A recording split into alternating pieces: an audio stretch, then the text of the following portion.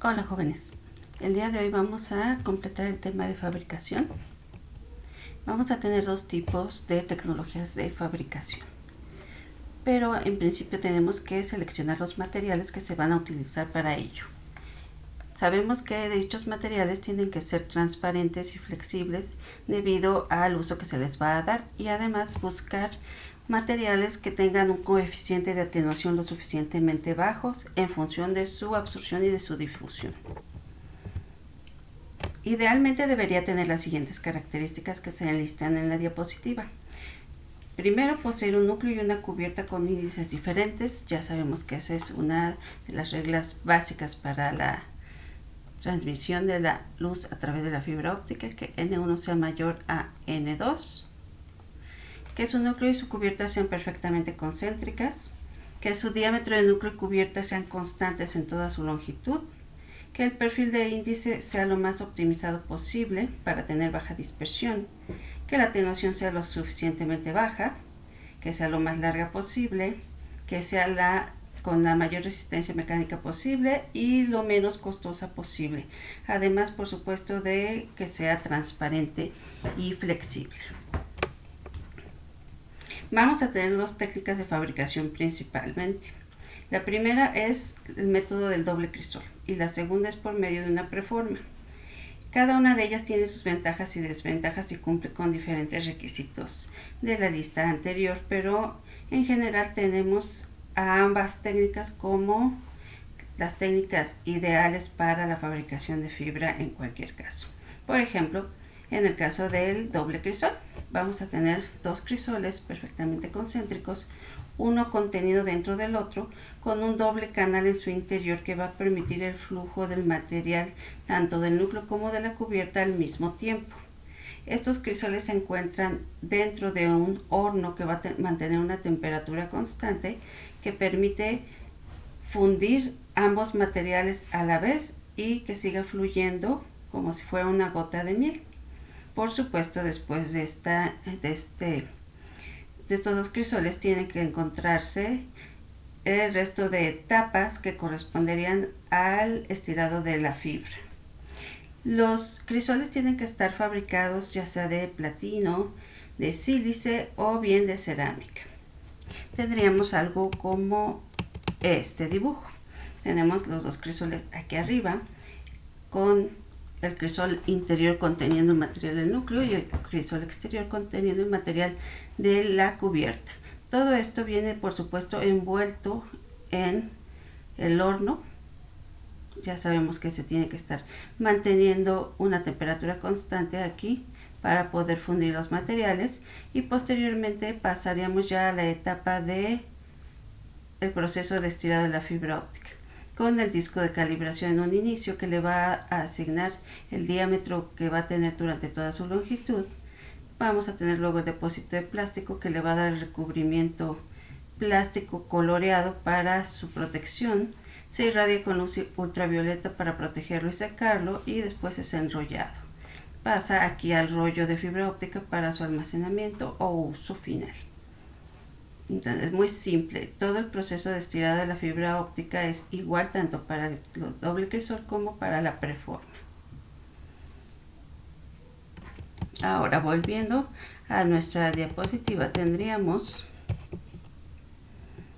en el siguiente caso el método de la preforma. En este caso, primero habría que fabricar la preforma, desde luego. Vamos a comenzar con un tubo auxiliar de vidrio, como ya habíamos visto en el video, que debe ser limpiado en un baño corrosivo de ácido fluorhídrico.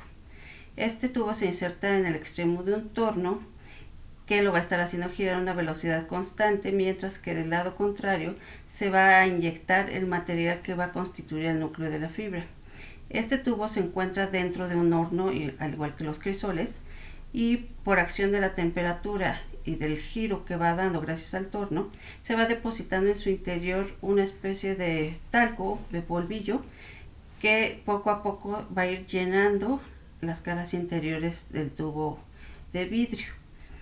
Este polvillo va a ser lo que constituirá al final el material del núcleo. porque cuando ya se tenga suficiente de este material, se aumenta la temperatura para fundirlo y que pase a estado cristalino. Se vuelve transparente y ya no se distingue de la cubierta.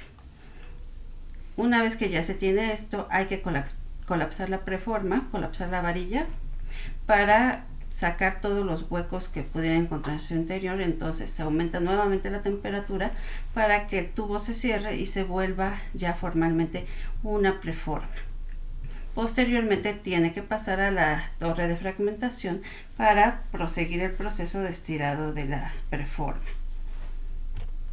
En ese caso tendríamos nuevamente aquí nuestras imágenes.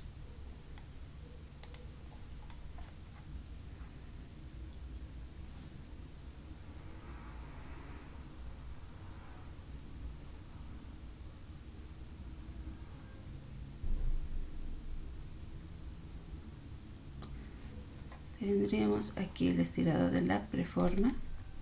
Entonces vean que es el mismo proceso para el estirado de la fibra óptica, es igualito, únicamente aquí cambia esta etapa, que sería insertar la preforma en la torre de fragmentación. La torre de fragmentación va a hacer descender a la preforma lentamente dentro del horno, que la va a fundir parte por parte.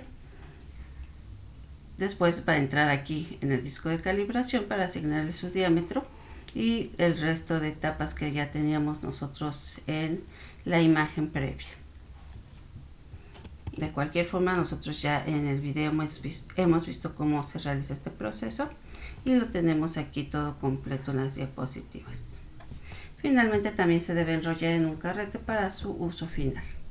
Como les comentaba, cada proceso tiene sus ventajas y desventajas.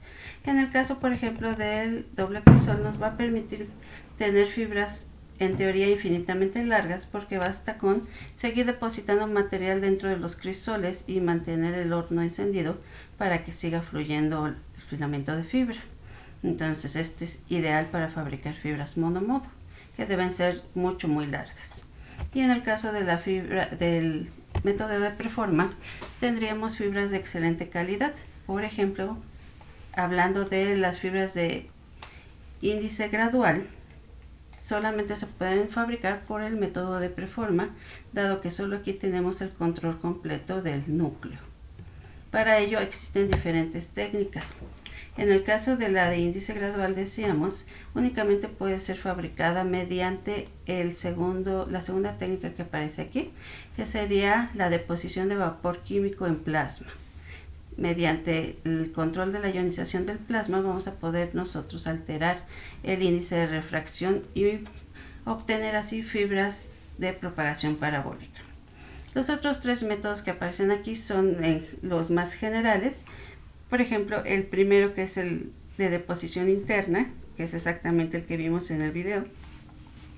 Tenemos también el de deposición axial de vapor y tenemos el de deposición externa del vapor.